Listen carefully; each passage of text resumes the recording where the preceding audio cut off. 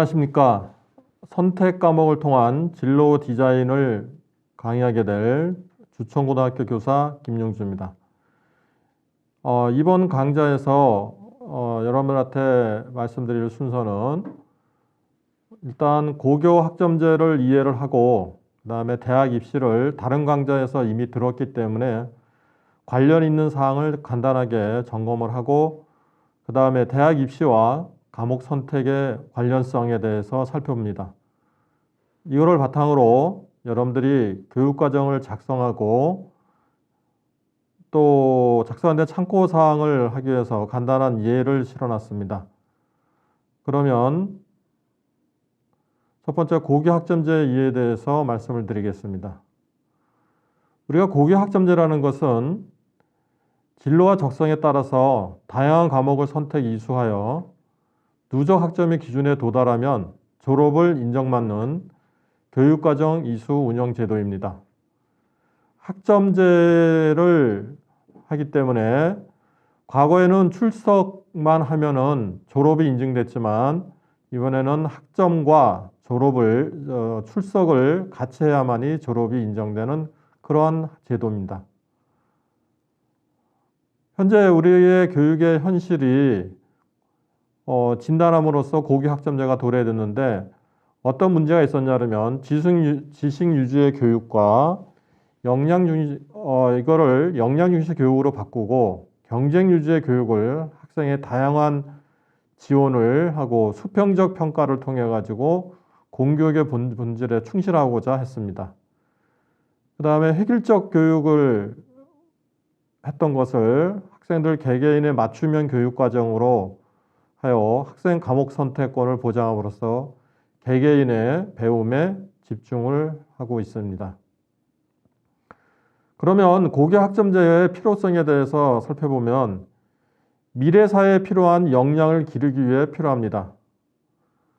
과거에는 사다리가 하나가 있었습니다. 자기의 진로가 모든 사람이 똑같은 사다리를 타고 올라가 있었는데 이제는 자기의 진로와 적성에 따라서 다양한 사다리를 설치하는 그러한 교육과정입니다. 그 다음 학생 개개인의 다양성을 지원하기 위해 필요합니다. 학습의 속도와 학습 목표가 다른 학생들이 있는데 이거를 수직적 서열화로 학습 의욕이 저하됩니다. 선택적 교육과정을 통한 학생 개개인의 역량을 최대한 발휘할 수 있도록 지원하는 제도입니다. 고교학점제 단계적 이행을 과정을 보면 현재 2022년도를 기준으로 보면은 현재는 단위수를 쓰고 있습니다. 총 이수학점은 204단위를 하고 있고 진로 선택 과목 성취 평가제를 하고 있습니다. 그래서 모든 과목은 일반 선택 과목도 9등급을 병기를 합니다. 그 다음에 2023년도와 2024년도가 이제 변하게 되는데 2023년도에 1학년은 192학점을 이수를 하게 돼가지고 학점제가 본격적으로 도입이 됩니다. 2학년과 3학년은 204단위를 이수를 하게 되어 있습니다. 그 다음에 2024년도에는 1학년, 2학년이 192학점, 3학년이 204단위를 이수를 합니다. 특징 있는 것은 2023년도와 2024년도부터는 공통과목 국어, 수학, 영어에 대한 최소 학업 성취 수준 보장 지도가 학교에서 실시하게 됩니다. 그래서 2025년 이후에는 고교 학점제가 전면적으로 시행이 됩니다. 그래서 우리가 그 고교 학사 운영 체제의 변화가 일어나는데 지금 2024년도까지는 학점제가 2022학년도까지 단위제가 운영이 되고 2023년도 이후 수업도는 2023년도와 2024년도는 학점제와 단위수가 병행이 됩니다. 이때 학점제를 이수하는 학생들은 192학점을 하는데 교과가 174단위 학점, 그 다음에 창체가 18학점을 이루게 됩니다. 그리고 2025학년도 이후에 본격적으로 전면적으로 고교학점제가 실시됩니다. 이렇게 해가지고 이러한 고교학점제가 실시됨으로 해가지고 대입이 변하게 되어 있습니다. 그래서 2028년도 대입 개편안 제도를 2024년 2월에 발표하게 되어 있습니다. 그래서 표를 보면 여기서 보면은 2024년이죠. 2024년도에 28학년도 대입 방향이 발표가 됩니다. 그래서 그 다음에 25학년도 가면은 성취평가제가 확대가 되는데 공통 과목을 제한 일반 선택 과목, 진로 선택 과목, 융합 선택 과목에 대해서 성취평가제가 확대 도입된다는 것이 특성이 있는 것입니다. 학점제가 우리가 학점 기반 졸업 체제는 과목 출석률이 3분의 2 이상이 돼야 되고 학업 성취률이 40% 이상이 돼야지 과목 이수를 했다라고 합니다. 그래서 3년간 192학점 이상은 졸업이 가능합니다. 현행 출석 일수 진급 요건은 그대로 유지합니다. 현재는 3분의 2 이상 출석을 하면은 진급과 졸업이 되지만 앞으로는 학점이 더 추가된다 이렇게 말씀드릴 수 있겠습니다. 그리고 과목 이수에서 과거의 내용하고 달라진 내용을 보면은 현행은 A, B, C, D 이렇게 되어 있는데 앞으로 25년도부터는 60%, 40% 이상에서 60% 미만까지 2가 되어 있는데 여기까지 2까지는 A, B, C, D, E는 이수입니다. 하지만 40% 미만은 I라는 성취도를 주고 이때부터 미이수로 처리가 되겠습니다. 그래서 미이수를 방지하기 위해서 학교에서 각종 프로그램이 도입될 예정이고 최소 학업 성취 수준에 도달하지 못한 학생에 대한 책임 교육이 강화될 예정입니다. 그래서 올해도 지금은 고교 학점제가 일부가 들어와 있죠. 그래서 고교 학점제 중에서 교육과정 유연화라는 제도가 현재 올해서부터 학교별로 시행하는 학교들이 많습니다. 그래서 요거는 16주를 하고 1학점 기준으로 16주를 수업을 하고 나머지 1학점은 학교 재량 활동을 합니다. 어떤 특별 프로그램에 의한 강좌를 개설한다든지 아니면 견학을 한다든지 이렇게 해가지고서 운영을 해가지고 좀 교육과정이 좀 유연화를 시켜가지고 학생들이 다양한 체험을 할 수 있도록 이렇게 운영을 하고자 합니다. 그리고 고교학점제 내신 평가 방향이 조금 바뀌죠. 19년도까지는 진로 선택 과목이 성취평가제가 도입이 되지만 25년도부터는 모든 선택 과목이 됩니다. 모든 선택 과목이 성취평가제를 도입합니다. 여기서 공통 과목은 선택 과목이 아니기 때문에 석사 등급, 9등급제가 유지가 됩니다. 그래서 모든 선택 과목이라고 하는 것은 일반 선택 과목, 그 다음에 진로 선택 과목, 융합 선택 과목 이렇게 해서 세 가지가 성취평가제가 도입이 됩니다. 그래서 성취평가제는 A, B, C, D, E 이렇게 해서 도입될 예정입니다. 학생 중심 학교 교육과정 지원을 보면은 우리가 1학년 고1 1학기에 진로 집중 학기가 운영될 예정입니다.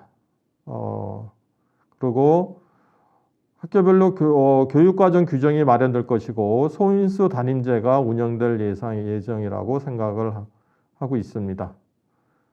그래서 학생 수요 기반 교육과정 편성을 운영합니다. 학생 수요를 조사를 하고 다양한 과목을 개설하며 수강 신청을 받아서 개인별 시간표를 편성을 합니다. 그리고 창의적 체험 활동이 재구조화됩니다. 지금은 현재는 교과가 180단위, 그 다음에 창체가 진로활동, 자율활동, 동아리활동, 봉사활동 24단위, 그래서 합이 204단인데 개편안에 보면은 교과가 174단위, 그 다음에 가칭 진로 탐구 활동 9학점, 그 다음에 동아리 자치가 9학점, 그래서 상체가 18학점, 교과가 174학점에서 합이 192학점이 운영이 될 예정입니다. 그 다음에 학교 간 공동교육과정이 제도화됩니다. 그래서 공동교육과정 규정을 정비하고 정규 시간 내에 운영을 합니다. 지금 현재는 공동교육과정이 정규 시간 바깥에 있죠. 그래서 이런 거를 정규 시간 내로 운영을 하려고 합니다. 그 다음에 학교 밖 교육도 학점으로 인정을 합니다. 그래서 지역사회와 연계한 학교 밖 교육을 운영을 활성화한다든지 교육감 승인을 학교 계획에 반영을 합니다. 그 다음에 공동 가이드라인을 마련을 합니다. 고교 학점제 운영 체계에 대해 살펴보면은 다양한 과목을 학교에서 협의를 해서 개설을 하고, 그 다음에 학생들은 진로 학업 설계를 합니다. 이때는 진로 상담, 학습 상담 등을 통해 가지고 진로 설계 및 학습 계획을 수립합니다. 그 다음 학습 계획에 따라서 수강 희망 과목에 수강 신청을 하고, 그 다음에 수업에 참여합니다. 수업에 참여하면 당연히 평가가 이루어지겠죠. 이때는 과정 중심 평가로 이루어집니다. 그리고 성취 평가제가 적용이 됩니다. 그러면은 이제 이수하는 사람, 미이수하는 사람인데, 미이수자는 보충 프로그램을 제공해서 보충 프로그램을 제공합니다. 그래서 과목별 성취 수준 도달 시 과목 이수 및 학점을 취득하고 학점 기준의 졸업 요건이 설정이 된다는 겁니다. 그래서 이렇게 해서 고교 학점제 운영을 하게 된다는 합니다. 자, 그러면 고교 학점제로 기대되는 변화를 보면은 진로와 연계된 과목이 다양화된다는 겁니다. 여러분들이 선택할 수 있는 여러 가지 형태의 과목들이 편성이 되고, 그 다음에 그 편성에 따라 가지고 학생들이 선택하는 과목의 인원수가 적은 인원수가 있는 학급도 과목이 있습니다. 그래서 이제 소인수 단위제가 운영이 될 거라고 학급이 운영이 변화합니다. 지금은 1학년 일반, 2학년 일반, 3학년 일반 이런 식으로 행정의 편의성 때문에 행정반으로 운영이 됐지만 앞으로는 학과 중심으로, 교과 중심으로 학급이 편성될 가능성이 있다는 겁니다. 그 다음에 학생이 자기가 원하는, 그리고 자기 진로에 맞는, 적성에 맞는 이런 맞춤형 책임 교육이 강화된다고 합니다. 그 다음에 선택 과목의 다양성 때문에 공간이 재구조화됩니다. 그래서 공간이 여러분들이 교양 과목 같은 경우 인원이 좀 많으면 좀 큰 교실, 그 다음에 융합 선택 과목 중에서 인원수가 적은 과목은 작은 소인수 학습실, 이런 식으로 각 학교의 교실들이 공간이 조성이 될 예정입니다. 자, 그러면 고교 학점제와 관련돼 가지고 또 여러분들이 과목 선택을 하는 거와 관련시켜 가지고 대학 입시가 어떻게 관련성이 있는지를 한번 살펴보도록 하겠습니다. 그래서 간단하게 하겠습니다. 우선 2023년도는 올해와 제도 거의 2022학년도하고 작년 졸업생들하고 별 차이 없이 다소 조금의 변화만 있고 큰 변화는 없습니다. 그 다음에 2024년도 현재 고등학교 2학년 학생은 우리가 학생부 일부 항목들이 많이 축소가 됩니다. 그 다음에 자기소개서가 폐지되죠. 여기서 중요한 것은 학생부의 일부 항목들이 축소됨으로써 평가가 하기가 과거보다는 어려졌다 이렇게 얘기할 수도 있지만은 다른 얘기로 바꿔서 보면은 이젠 학생부 자체가 디테일하지 않으면, 아주 세부적으로 작성되지 않으면은 학생들 평가하기가 어려워진다. 그래서 학생부가 차지하는 중요도는 상당히 상승할 것이다 라고 우리가 얘기할 수 있습니다. 그 다음 선택 과목제가 도입이 되면서 우리가 학생부 종합전형이 의미가 없을 것 같지만 여러분들이 여기 빨간색으로 보면은 수도권 학생부 종합전형의 비율입니다. 그래서 여전히 학생부 종합전형의 비율은 학생부 교과 비율보다 수도권은 서울 지역은 학생부 종합전형이 훨씬 더 높죠. 그래서 교과전형보다 많습니다. 그래서 여러분들이 학생부 종합전형이 아직까지도 중요하게 자리 잡는 이유 중에 하나다 하는 겁니다. 수도권 같은 경우는 좀 다소 차이는 있지만은 여전히 학생부 종합전형을 중요시하고 있다 하는 얘기를 할 수 있습니다. 그 다음에 2024년 대입의 주요 특징을 보면 학교생활기록부가 간소화되고 자기소개서가 폐지됐습니다. 그 다음에 농어촌 학생 특별전형 지원 자격이 보완됐습니다. 그러니까 연수들이 늘어나고 있죠. 그 다음에 지역인재 전형 의치하나하고 간호 선발 비율이 의무화되었습니다.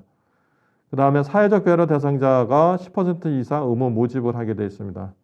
그래서 고른기회 전형이 기획인형 선발로 이루어질 수 있다는 겁니다. 학교생활기록부 간소화 방안입니다.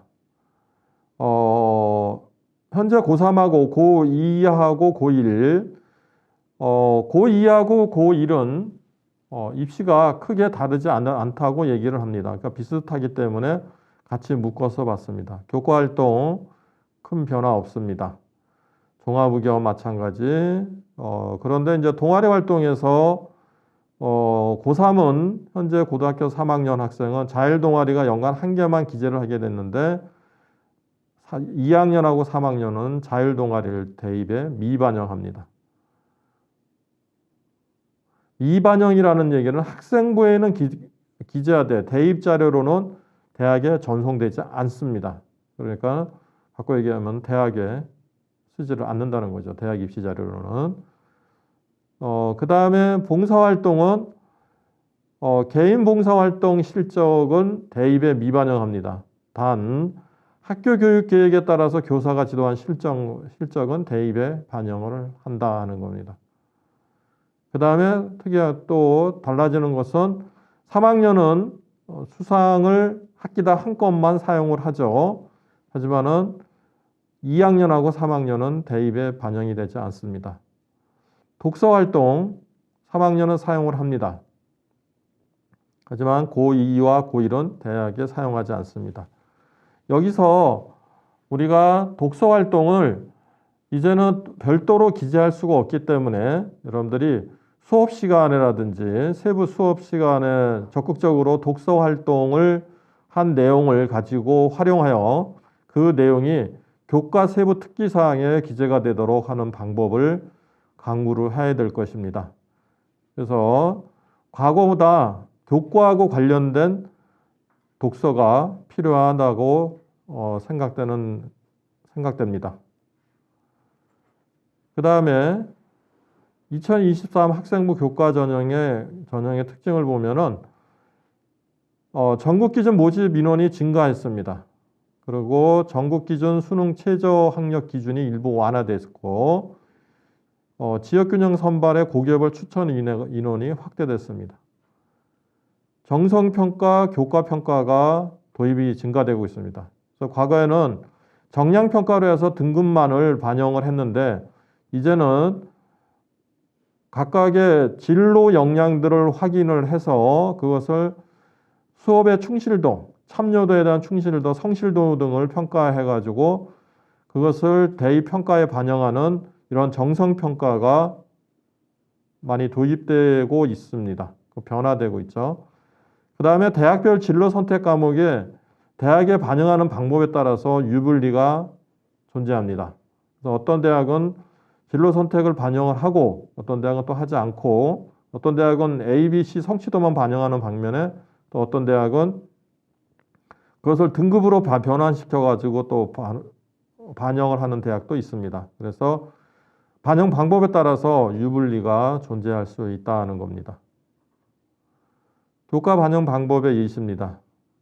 국영수 4과, 그러니까 인문계는 국영수 4, 자연계 계통의 학과는 국영수 과, 이렇게 하는 학교, 경희대하고 홍익대입니다.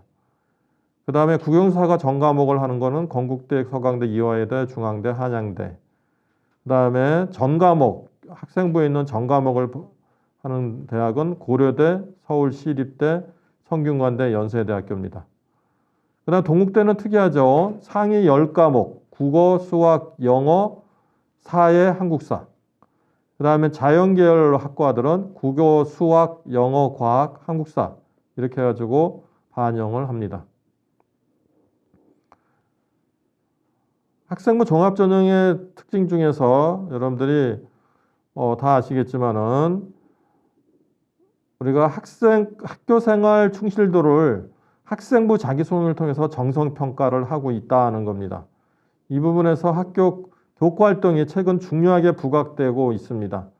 그래서 여러분들이 수업에 적극적으로 참여하고 독서라든지 그 다음에 논문을 살핀다든지 그래서 다양한 자료가 수업에 활용될 수 있도록 여러분들이 평상시에 관심을 갖고 수업에 참여하도록 해야 됩니다. 학생부 종합전형의 평가 요소 예시입니다. 우리가 학업 역량, 그 다음에 진로 역량, 문제 해결 능력, 그 다음에 경험의 다양성 이런 것들이 있는데 과거에는 전공 적합성이라는 말을 사용을 했었는데 요즘에는 그 전공 적합성보다는 자기 진로에서 얼마나 충실하게 준비를 하고 자기 주도성을 발휘했느냐 하는 진로 역량에 대해서 관심이 더 많아졌습니다. 그래서 진로에 대한 관심, 그 열정, 현재 상황이나 수준이 질적으로 향상될 가능성이 있느냐 이런 것들을 확인하는 진로 역량에 대해서 큰 관심으로 바뀌고 있다는 겁니다.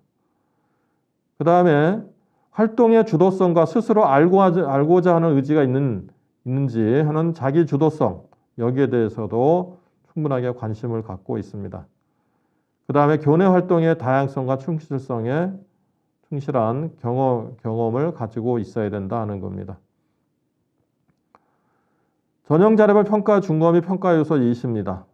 그는 평가 요소는 학업 역량, 발전 가능성, 진로 역량, 그 다음에 사회성, 인성, 자기주도적 학습 능력, 경험의 다양성 이렇게 되어 있습니다.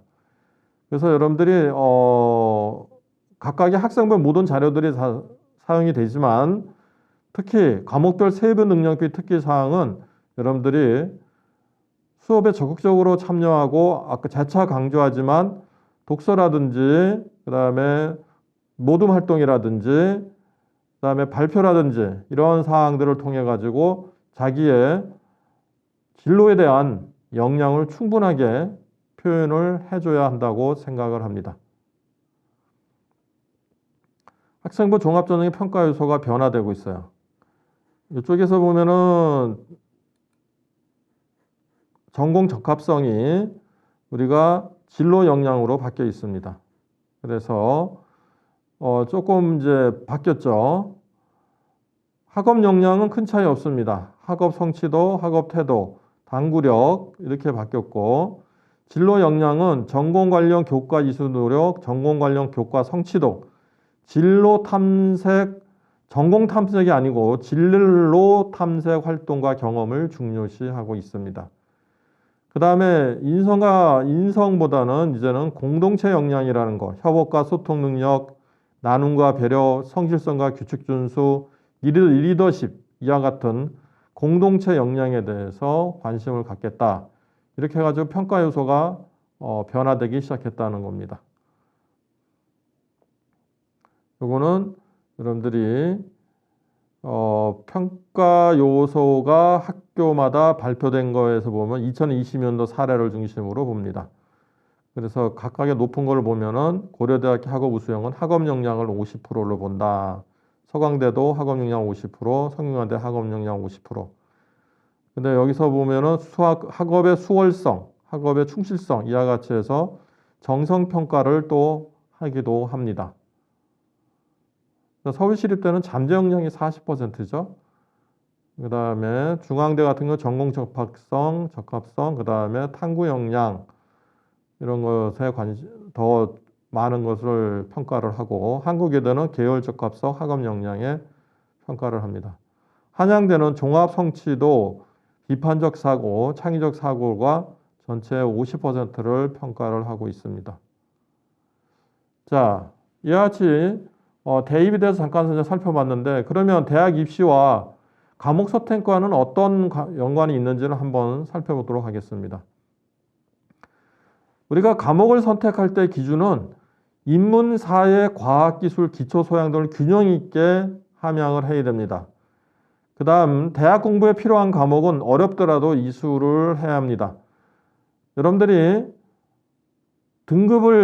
성취 등급이나 석사 등급이나 그 다음에 성취도를 취득하기 좋은 쉬운 과목을 선택하면은 나중에 대학에서 여러분들의 진로 역량이라든지 학습 태도 이런 것들에 대해서 많은 점수를 주지 않는다 하는 겁니다. 그 다음에 선택이 끝이 아니라 공부를 열심히 해야 됩니다. 그러니까 자기가 선택을 했다 그래가지고 그 선택이 모든 여러분들이 대학에 입시하고 관련시켜 가지고서 유리한 점수를 받을 수 있느냐, 그렇지 않다는 겁니다. 거기에 따라서 여러분들이 선택에 대한 책임을 지고 공부를 열심히 해야만이 거기에 대한 평가를 제대로 받을 수 있다는 겁니다. 각 대학에서 얘기하는 중요한 판단 기준들을 보겠습니다. 우선 동국대학교 학생부 종합전형 가이드 북에 보면은 본인의 진로와 관련되거나 관심 있는 과목을 선택하여 수강하는 주도적인 태도가 필요합니다. 자, 그럼 또 다른 데 볼까요? 또 동국대학교도 동국대학교도 또 주도적인 선택, 전공 과목에 대한 심도 있는 고민과 이와 연계된 과목을 주도적으로 선택하여 활동한 것. 그래서 고민도 하고 거기에 대해서 무엇을 했는지 과정도 포함이 돼야 된다는 거죠. 그다음 서울여대에서 보면 예를 들어서 생명과학 연구원이 되고 싶은 학생이 고등학교에서 개설된 생명과학 이 과목을 선택하지 않았을 때 전공에 대한 관심이 높다고 할 수 없다 하는 겁니다. 그러니까 관련된 과목에 여러분들이 고등학교에 편성되어 있는 보통 교과에 대해서 여러분들이 전공하고 여러분 진로하고 관련 있는 과목을 선택해서 듣는 것이 많은 좋은 평가와 높은 평가와 좋은 평가를 받을 수 있다는 겁니다. 그 다음 건국대 예를 들어볼까요? 진로 선택 과목의 영향력은 어느 정도인가요? 그랬습니다. 진로 선택 과목은 학생의 자율적 선택을 보장하기 위해 개설된 과목입니다. 학생 자신의 목표에 따른 선택이었는지 실제 어떠한 내용을 배웠는지 등 진로 선택 과목의 이수 과정이나 과목별 유계 및 학습 내용을 고려해서 평가합니다. 소인 선택 과목 온라인 공동교과정 선택해서 이수하면 유리한가요? 예, 학생 스스로 선택 이수는 학생의 관심도를 파악하는데 어느 정도 도움이 줄 수 있습니다. 해당 과목의 유계와 내용의 수준, 그리고 학생 스스로에게 어떠한 의미가 있었는지 등 종합적으로 고려해서 파악합니다. 그러니까 이수한 것 자체만으로는 점수가 될 수 없다고 얘기를 하는 것입니다. 자, 그러면 우리가 대학 입시에서 학업 역량을 기르기 위해서 어떻게 해야 되는지에 대해서 한번 살펴보겠습니다. 학업 역량은 학업 성취도, 학업 태도 및 학업 의지, 탐구 활동에 대해서 확인해 보겠습니다.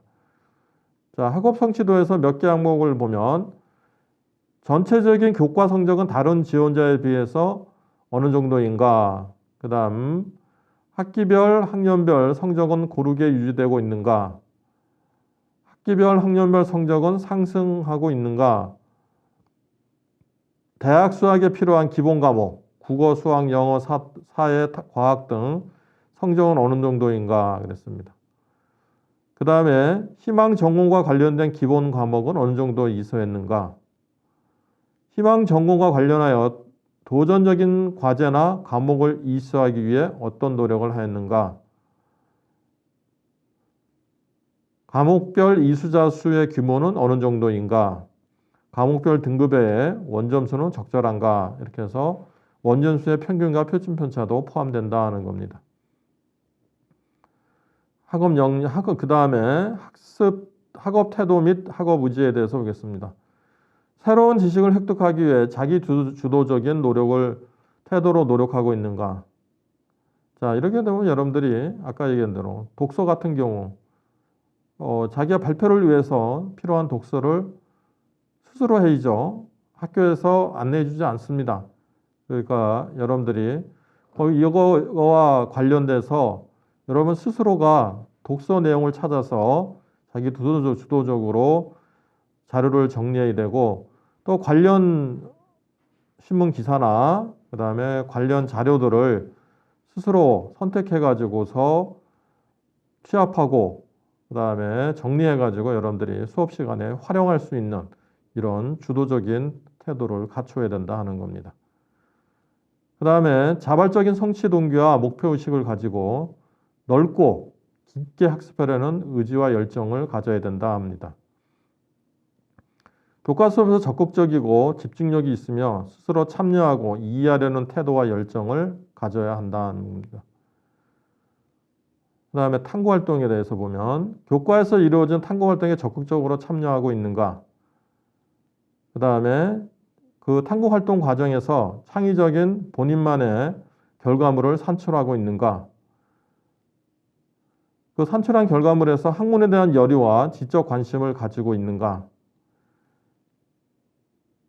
성공적인 학업 생활을 위해 적극적인 탐구자 호기심을 가지고 있는가? 이렇게 해서 탐구 활동에 대해서 평가를 합니다.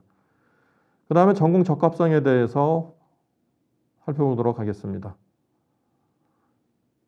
전공 관련 교과목 이수 및 성취도에 대해서 보면 지원 전공과 관련된 과목을 어느 정도 이수하였는가? 그런데 여러분들이 여기서 오해하는 경우가 있습니다.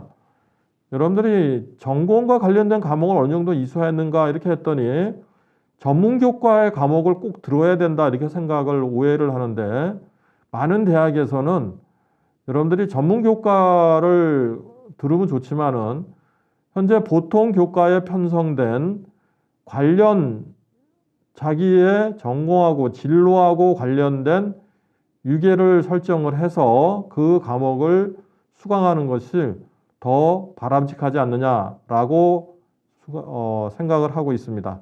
그러니까 여러분들이 너무 전공 교과가 학교마다 선택하는 것도 좋지만 그렇다고 여러분들이 보통 교과에서 편성된 과목들을 무시해서는 안 된다 하는 겁니다. 그럼 예를 들면 여러분들이 전공을 선택할 때 무슨 과목을 들어야 되느냐라는 예를 한번 보겠습니다. 자, 경제학 이론을 한국사에서 활용하고 싶다. 한국의 철학사 연구를 해보고 싶다. 지리학을 활용한 한국사 연구를 해보고 싶다 등의 목표를 가질 수 있습니다. 그렇다면 여러분에게 필요한 과목은 동아시아사나 세계사나 실용경제, 윤리사상 또는 한국지리가 될 수 있습니다. 그러니까 여러분들이 동아시아나 세계사를 배우는 것이 목표가 아니고 경제라든지 윤리와 사상이라든지 한국지리가 여러분들이 선택 과목으로 돼야 된다 하는 것입니다. 그 다음에 전공에 대한 관심과 이해를 보면 전공에 대한 흥미와 관심을 가지고 있느냐 하는 겁니다. 그리고 전공에 대한 올바른 이해를 하고 있느냐, 그 다음에 자신의 경험과 지원 전공의 연관성을 설명할 수 있느냐라는 것에 대해서 평가를 하고 있습니다. 자, 학생의 선택에 대한 대학의 그러면 평가는 어떻게 이루어지는지를 한번 살펴보도록 하겠습니다. 자연계열 지원자는 전공과 연계된 과학탐구2 과목을 수강하지 않으면 중대한 감점 사유가 될 수도 있습니다. 그래서 이와 관련해 가지고 각 대학에서 특히 이제 서울대 같은 경우는 2024년도 기준으로 권장 과목하고 권장 핵심 과목 이렇게 분리해 가지고 발표를 한 상태입니다. 그래서 그거를 참고해서 여러분들이 과학탐구 2과목을 어떻게 수강을 할지를 자기 진로하고 관련시켜서 살펴보는 것도 하나의 이정표가들이라고 생각을 합니다. 그 다음에 인문계열 전공은 사회현상에 대한 이해, 통찰력, 문제해결력 등을 키울 수 있는 사회과목을 충분히 들어야 하며 진로 선택 과목을 덜 들은 것이 큰 감점 사유는 아니다 하는 겁니다. 특히 이제 요즘에는 이 사회현상에 대해서는 이해와 통찰력, 문제 해결력 등을 하기 위해서 인문계열 학생들도 수학의 확률과 통계 과목을 듣는 것을 많이 권장하고 있습니다. 그 다음 희망 전공에서 중요하게 여기는 과목을 놓치지 않아야 된다는 겁니다. 전공에서 진로로 개념을 확장하고 있습니다. 과거에는 어떤 특정한 과목에 대해서 전공 적합성을 따졌지만 이제는 자기가 그 진로를 결정하고 그 진로를 위해서 과목을 수강을 할 때 얼마나 열심히 하고 거기에 대해서 충분하게 그거를 이수할 수 있는, 공부할 수 있는 역량을 갖추고 있느냐, 이러한 역량 중심으로 그 학생을 평가를 합니다. 그래서 각 교과에 대한 충실도라든지 수월성이라든지 이런 거에 대해서 성실성이라든지 이런 거에 대해서 적극적으로 대처를 해야 되겠습니다. 그 다음 지망대학, 그 다음에 전공 맞춤형 활동이 부각된 전공 적합성에 비해 학생의 자기 주도적 선택을 진로 역량에서 강조하고 있습니다. 진로 역량에서 선택 과목 평가가 세분화됐습니다. 그래서 유계성을 살펴봅니다. 어떤 학생이 고급 물리학을 이수했다면 통합과학, 물리학 1, 물리학 2 과목의 성적 분포 등도 종합적으로 살핀다 하는 겁니다. 즉 유계성 있는 과목에 대해서 어떠한 노력을 기울였고 어떠한 변화를 가지고 있었는지 이런 것들에 대해서 살펴보게 되는 것입니다.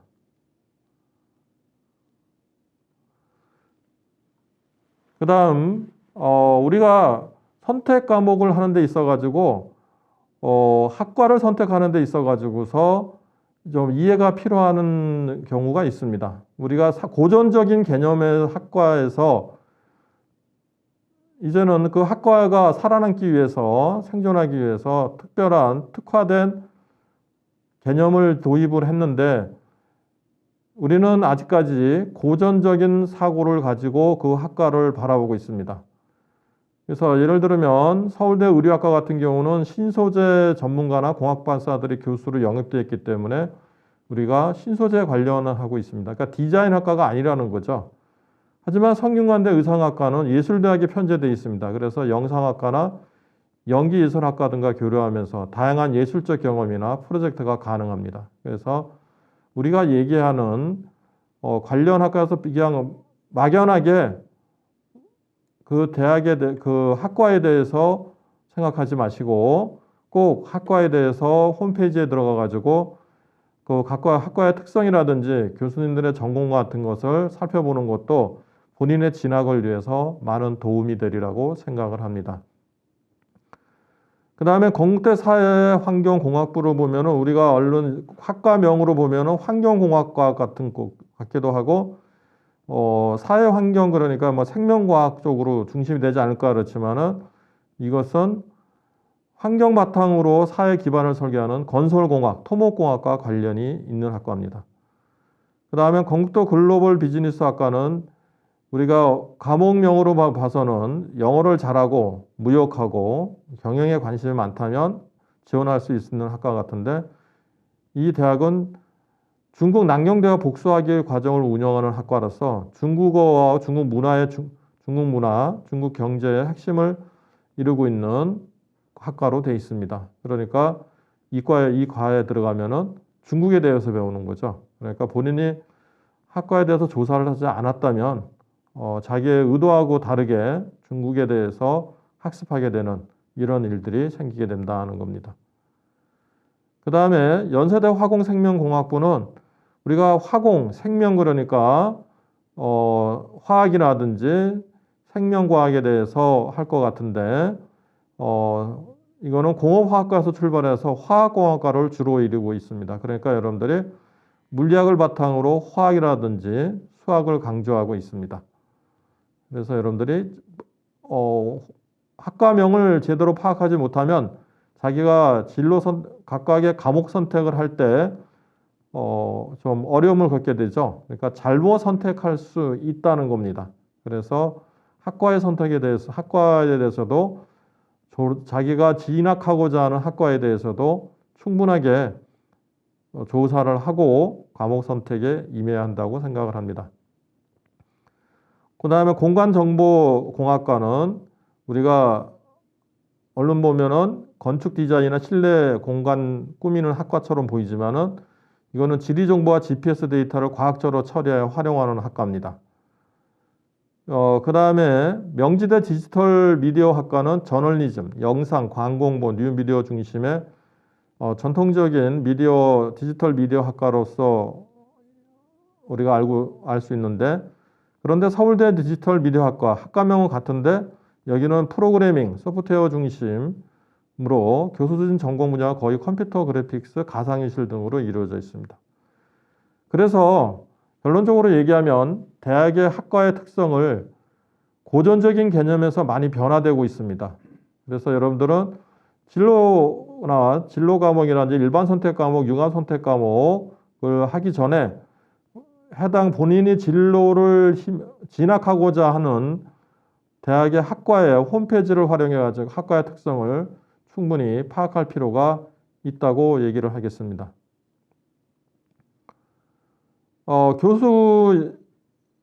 우리가 전공에 대해서 자기가 이런 학생들에 대해서 그 학과에 대해서 파악이 안 되면은 이제 불이익을 겪는 경우를 예를 들어보면 어떤 학생은 생명과학 관련 과목을 이수를 했는데 동국대 화공생물공학부 그래서 생물이 있어가지고 생물을 지원을 했는데 좋지 않은 결과를 했습니다. 그 다음 숙명여대 화공생명공학부도 여기도 마찬가지로 생명자가 들어가가지고 지원을 했지만 일단은 그렇게 좋은 결과를 얻지 못했습니다. 이게 왜 그러냐 하면 동국대 화공생물공학부는 물리를 기반으로 하는 학과입니다. 그 다음 숙명여대 화공생명공학부는 화학이라든지 반도체, 물리를 기반으로 하고 있습니다. 그래서 이 학생은 건국대 줄기세포재생공학과를 갔는데 여기는 생명과학하고 관련이 있죠. 그래서 좋은 결과를 얻었습니다. 이와 같이 학과명만 보고는 자기가 원하는 학과인지를 오판할 수 있기 때문에 여러분들이 반드시 학과의 홈페이지를 보고서 본인이 맞는지를 확인을 해야 된다는 겁니다. 그 다음에 각 대학별로 진로 선택 과목이 어떻게 사용되는지 예를 표시를 했습니다. 서울대 같은 경우는 A, B, C 등급을 주는데 A등급은 모집 단위 학문 분야 관련 교과목을 적극적으로 선택하여 이수하고 전교과 성취도가 우수하며 교과별 수업에서 주도적 태도가 나타남 이렇게 되어 있습니다. 그래서 거기에 예시가 적혀 있으니까 확인해 보시기 바랍니다. 그 다음에 B 같은 경우는 대학 학업 수업에 필요한 일반적인 수준의 교과 성취도 및 교과 이수 내용, 학업 수행 능력이 나타남. C는 교과 성취도, 교과 이수 내용이 미흡하여 충실히 고교생활을 하지 않은 것으로 판단하는 경우 C를 부여받게 되어 있습니다. 진로 선택 과목이 여러분들이 이제 그 각 진로마다 진로 선택 과목을 이수하는데 진로 선택 과목은 성취도로 평가를 하죠. 현재는 A, B, C로 평가를 합니다. 그러면 그 진로 선택 과목이 각 대학마다 어떻게 반영하느냐 여기에 대해서 살펴보도록 하겠습니다. 단순 환산 점수를 부여하는 대학들은 22개 대학이 있습니다. 거의 이제 수도권 중심으로 보면 돼. 그 다음 성취도별 비율을 반영합니다. 고려대와 서강대는 즉 이것은 등급으로 환산해서 한다는 것입니다. 그 다음에 건국대와 성균관대는 정성평가를 실시를 합니다. 그래서 정성평가를 해가지고 전체 점수에 반영을 합니다. 그 다음에 미반영 대학도 있습니다. 그래서 진로 선택 과목이 모든 대학에서 다 반영하는 것은 아닙니다. 그래서 진로 선택 과목 고려대 예를 경우를 여러분들한테 제시를 했습니다. 그러니까 확인해 보시기 바랍니다. 그 다음에 연세대 예입니다. A, B, C로 해서 A, B, C에 각각의 점수를 부여를 해서 평가를 합니다. 성균관대는 정성평가, 진로 선택 과목 및 전문 교과에 대해서 정성평가를 합니다. 20%를 해가지고 과목 학교당 학생부 교과에다가 반영을 해서 합니다. 이때 정성평가는 학업의 수월성 10점, 학업 충실성을 10점으로 기준해 가지고 종합적인 정성평가를 실시를 합니다. 그리고 한국예대는 반영이 안 되고 한양대는 진로선택 상위 3과목을 반영을 합니다. 홍익대는 공통 및 일반 선택 과목 90%하고 진로 선택 과목 10%에서 성취도를 반영을 합니다. 서울시립대는 작년에 반영하지 않다가 올해 진로 선택 과목을 10% 반영을 합니다. 그래서 인문은 국수형 4에서 그 다음에 자연계열은 국수형 과에서 상위 3과목을 반영을 합니다. 그 다음에 강원도권을 보면은 강원대학도 상위 3과목을 평균 점수를 가산점을 부여를 합니다. A가 15점, B가 9점, C가 3점. 그래서 가산점 15점을 3과목으로 해서 반영을 합니다. 그러니까 평균입니다. 3과목 평균. 그 다음에 한림대도 성취도 이수환을 활용한 환산 점수, 이수한 모든 과목을 반영을 합니다. 그래서 A가 4점, B가 2.5점, C가 1점. 그래서 교과 우수자는 50점을 반영하고 지역인재는 40점을 반영합니다. 연세대 미래캠퍼스는 공통 과목 30%, 일반 선택 과목 50%, 진로 선택 과목 20% 각각을 해서 A가 100점, B가 80점, C가 50점에서 이거를 기준으로 평가를 합니다. 상지대학교는 진로 선택 과목의 하나입니다. 상위 3과목 점수의 평균을 가산점으로 반영을 합니다. 그 다음 카톨릭 관동대도 A, B, C 해서 반영을 합니다. 등급으로 반영을 합니다. A가 1등급, B가 2등급, C가 4등급 이렇게 반영을 합니다. 강릉 원주대는 입학 전형 시행계획에 명시하지 않았습니다. 그래서 현재 상태로는 반영하지 않으리라고 생각을 합니다. 경동대는 A가 1등급, B가 3등급, C가 5등급 이렇게 해서 2020년 기준으로 발표를 했는데 2023학년도에는 현재 표시 표현을 하지 않고 있습니다. 그다음 한라대는 진로 선택 과목이 2023학년도도 미반영을 한다고 합니다. 그 다음에 여러분들한테 참고가 되라고 서울대 모집 단위별 전공 연계 교과 이수 과목 내용을 제시를 해봤습니다. 그래서 여러분들이 요거는 시간이 있을 때 한번 살펴보시기 바랍니다. 그래서 대부분 보면은 여러분들이 확률과 통계가 인문 계열을 확고하든지 자연 계열을 확고하든지 관계없이 확률과 통계를 권장 과목으로 하고 있다는 거 특징적인 면으로 볼 수 있습니다. 그 다음에 의료학과 보면은 화학2, 생명과학2도 하고 있습니다. 확률과 통계 물론 제시를 하고 있습니다. 자, 그러면 우리가 이제 교육과정 작성은 어떻게 해야 되느냐 라는 거를 보면 교육과정은 여러분들이 일단 고교 학점제 교육과정 2015 개정 교육과정하고 고교 학점제에 대한 이해를 해야만 됩니다. 그리고 2단계에서 학교 교육과정 개설 범위를 설정을 합니다. 학교에서는 보통 교과, 일반, 진로, 융합 선택 과목, 그 다음에 고시의 과목을 제시를 합니다. 그래서 대부분 여기서 중요한 것은 이제 융합 선택 과목이라든지 이런 것들, 고시의 과목이라든지 이런 거를 어느 범위까지 우리 학교에 도입을 할 것이냐라는 것을 학교 차원에서 명시를 하는 겁니다. 그 그 다음 단계 가면 학생, 학부모 대상 진로별 권장 이수 및 과목 선택을 안내를 하게 됩니다. 그래서 여러분들이 이 안내를 받게 되는 것입니다.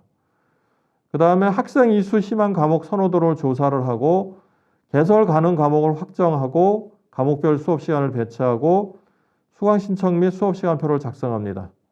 그 다음에 교사 교실 배정을 하고 수업 시간표를 출력해 가지고 개인별 시간표에 따라서 이동 수업을 하시게 됩니다. 이런 단계로 밟아 가지고 여러분들이 선택 과목을 하게 됩니다. 여러분들이 다양한 과목을 선택을 할 때 여러분들은 어떤 과목을 들어야 되느냐라는 문제가 나옵니다. 그런데 우리 학교에는 없어요. 그래서 그런 경우 어떻게 들어야 되느냐? 단위 학교에서 우리 학교에서 과목을 선택해 주면 가장 바람직한데 그렇지 않을 때 어떻게 하겠냐? 그러면 타 학교와 연계된 인근 학교 간에서 협력을 통해 가지고 타 학교에 가서 배울 수 있습니다. 아니면 쌍방 온라인 등을 통해 가지고서 배울 수 있습니다. 그 다음에 지역사회 시설을 활용을 해가지고 지역에서 배우는 과목도 있을 수 있습니다. 이렇게 해가지고 학생의 과목 선택권이 보장됩니다. 그래서 여러분들이 지금 많이 활용하는 것은 공동교육과정인지 소인수 교육과정, 그 다음에 쌍방향 교육과정 등을 활용을 해가지고 자기의 다양한 과목 선택을 하고 있습니다.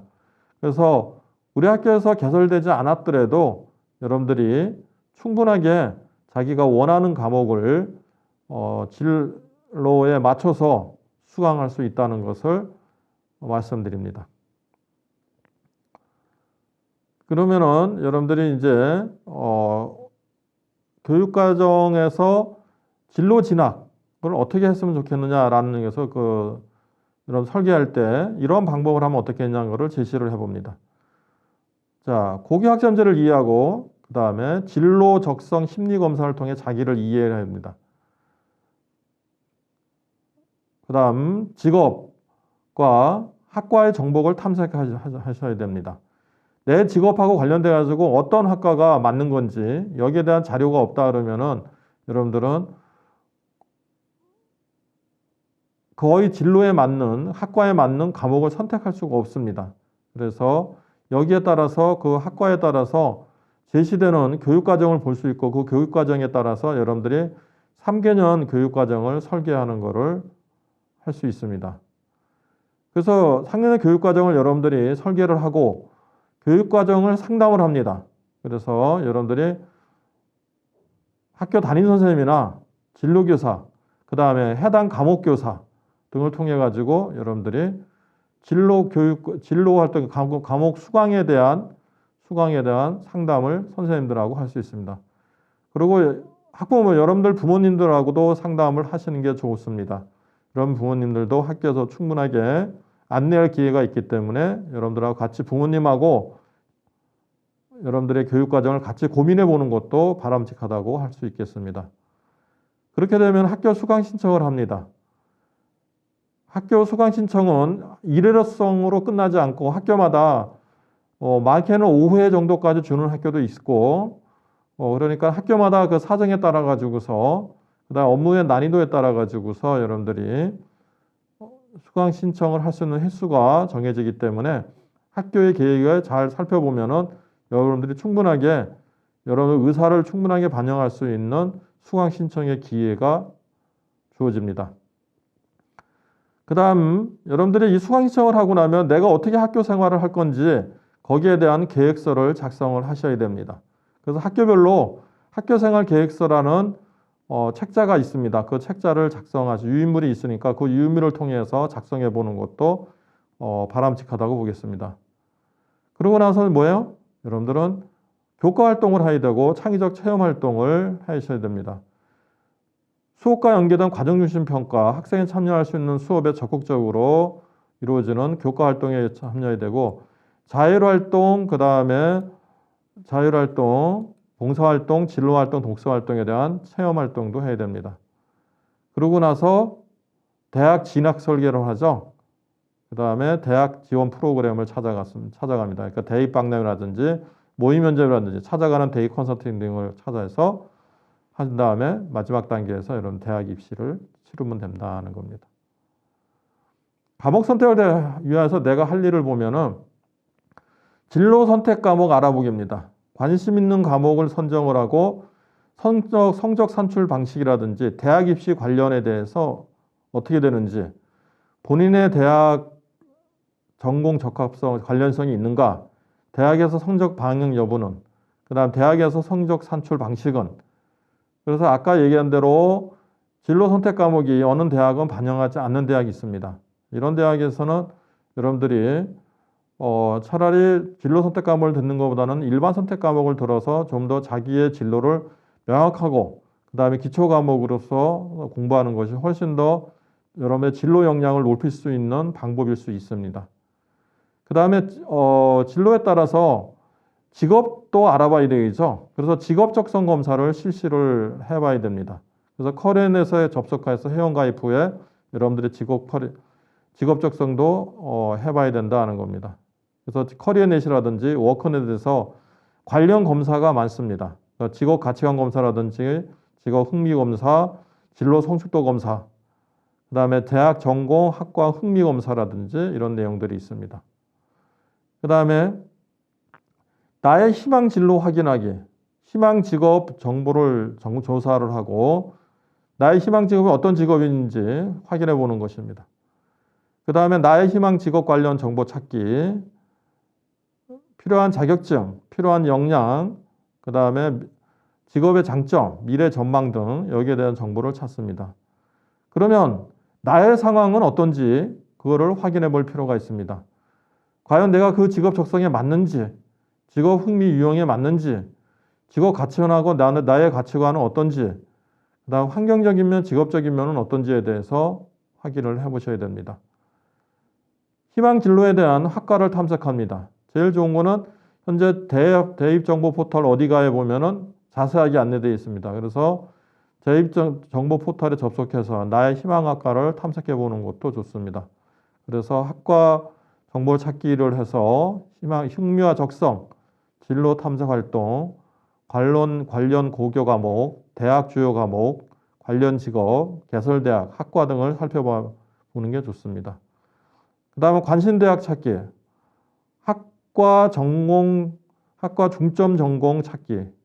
그래서 아까 앞에서도 말씀드렸지만은 학과 명칭하고 실제 교수진의 구성하고 조금 차이가 있을 수 있습니다. 이럴 때를 대비해서 그 학과의 교수님들에 대한 전공도 한번 살펴보는 것을 바람직하다고 볼 수 있겠습니다. 그러고 나면은 이제 드디어 나의 교육과정을 만들기 시작합니다. 그래서 학교 교육과정 편집표를 살펴보고 2015 교육과정 편집표를 살펴봐서 공통 과목, 그 다음에 일반 진로 융합 선택 과목, 창의적 체험 활동에 대해서 조사를 합니다. 그 다음에 우리 학교 교육과정을 살펴봅니다. 과년도 편성된 교육과정은 어떠했는지, 그리고 거기에 따라서 선배들 얘기들 들어보고 나는 어떠한 과목들이 내가 요구하는 진로하고 맞는지 여기에 대해서 확인하고 작성을 합니다. 그 다음 나의 교육과정 만들기, 이렇게 해가지고 나의 교육과정을 작성을 하시면 됩니다. 그 다음에 나의 학교생활 계획서 작성하기를 합니다. 과목을 선택한 다음에 나의 학교생활 계획서를 작성해보는 이유가 왜 그러냐면 나중에 여러분들 대입에서 그 과목을 왜 선택했는지 물어보면 학생은 대답을 잘 못합니다. 왜냐하면 그때는 이러한 이유로 선택을 했는데 그거를 시간이 지나면서 그 의미가 퇴색이 돼서 여러분들이 정확히 기억을 못합니다. 그런 것을 방지하기 위해서 학교생활 계획서에 일반 선택과 진로 선택, 융합 선택을 한 이유를 직접 작성해 봄으로써 특징 있는 계획서를 작성해 보는 것을 괜찮습니다. 그래서 고등학교 3개년 학교생활 계획서를 다 작성하는 것이 바람직합니다. 그래서 학년별로 일반교과, 진로교과, 독서활동, 자율활동, 동아리활동, 봉사활동, 진로활동 등을 구분해 가지고 학년별로, 학기별로 작성해 보는 것도 바람직하다고 보겠습니다. 과목 선택입니다. 여기서는 여러분들이 자료로서 실어놨습니다. 여러분들이 인문계열 학과에 대해서 어떻게 선택하는 것이 좋은지, 그래서 인문계열 같은 경우는 고전 읽기나 영미문학 읽기 같은 것이 들어가는 게 바람직하다고 보고 다른 내용은 참고하시기 바랍니다. 상경계열은 일단은 뭐가 있겠어요? 수학이 문제가 되겠죠. 그래서 일부에서는 경제수학만을 들으려고 하는데 일부 대학에서 미적분을 듣는 것도 상당히 강조하고 있습니다. 그래서 경제수학이라든지 미적분, 그 다음에 세계지리, 세계사, 경제, 정치와 법 이런 거에 대해서 듣는 것도 바람직하다는 예시를 제시해 봅니다. 그 다음 간호보건계열은 일단 정치와 법, 그 다음에 생활윤리 여기에 대해서 듣는 것이 통합사에서 듣는 것이 바람직하고, 그 다음에 과학 과목도 당연히 들어야 되죠. 보건계열은 화학일, 생명과학일, 화학2, 생명과학2에 대해서 관심을 가질 필요가 있습니다. 물론 수학도 확률과 통계 관심을 갖는 게 좋습니다. 그 다음에 자연계열 학과는 과학 4과목을 모두 배우는 것이 바람직할 수 있습니다. 그래서 이게 보면은 특히 이제 물리학 같은 경우 우리가 물리학 1은 거의 다 관련 학과들에서는 물리학 1을 요구하는 학과가 많습니다. 그래서 여기에 대한 자세한 사항은 아까 앞에서 제시한 2024학년도 서울대 권장 과목의 핵심 권장 과목 사항을 한번 살펴보면은 여러분들이 해당 과에서 이 과목을 듣는 것이 좀 바람직하겠구나 라는 것을 참고할 수 있습니다. 그래서 영 자료가 없으면 서울대 자료를 참고하시기 바랍니다. 공학계열의 특징은 거의 모든 학과들이 물리학이라든지 물리학 2를 들어주기를 수강하기를 많이 바랍니다. 그래서 여러분들이 특히 이제 공학계열에 들을 때 전문교과하고 관련된 과목을 수강을 하려고 상당히 학교마다 노력을 많이 하는데 대학 교수님들은 얘기하기를 물리학이라든지 물리학 2를 확실하게 공부해 오는 것이 더 바람직하지 않느냐라는 얘기들을 종종 하십니다. 그래서 여러분들이 물리학이 좀 어렵지만 그래도 관심을 가지면 훨씬 더 여러분들의 진로 역량에 도움이 되리라고 생각을 합니다. 물리학 2 같은 경우는 학생들이 많이 안 듣죠. 그래서 대학에서 평가할 때 여러분들이 교과세특이라든지 그 다음에 원점수, 그 다음에 ABC에 나타난 성취도 이런 것들을 인원수를 다 종합적으로 평가하기 때문에 여러분들이 너무 걱정할 필요가 없다고 생각을 합니다. 예술계열입니다. 예술계열은 각 학과마다 다르죠. 음악, 미술, 체육 이렇게 다른데 그 학과에 맞춰가지고서 자기의 체육 전공하고 관련된 거를 미리 들어보는 것도 좋다고 생각을 합니다. 그래서 이제 통합사회에서는 세계사라든지 생활과윤리, 여행지리 같은 경우를 들어두는 것이 의학사라든지 미술사, 체육사를 이해하는 데 도움이 되리라고 생각을 합니다. 이상 여러분들한테 교육과정 선택에 대해서 얘기를 했는데 여러분들이 교육과정의 선택에서 중요한 것은 본인의 진로 역량을 얼마나 잘 표현할 수 있느냐라는 그런 주제로 여러분들이 과목을 선택하는 것이 바람직합니다. 너무 석차 등급이라든지 성취도를 취득하기 편한 그런 과목을 선택을 했을 때 대학에서는 그거를 긍정적인 방향으로 평가하지 않습니다. 그래서 여러분들이 조금 도전적이고 힘들어도 내가 진로를 위해서 고민하고 그 과정을 수행한다는 것을 충분하게 보여줄 수 있는 그러한 모습을 학생부에 표현해 준다면 여러분들의 과목 선택은 충분하게 성공적으로 할 수 있으리라고 생각을 합니다. 1시간 동안 고생하셨습니다. 이상 마치겠습니다.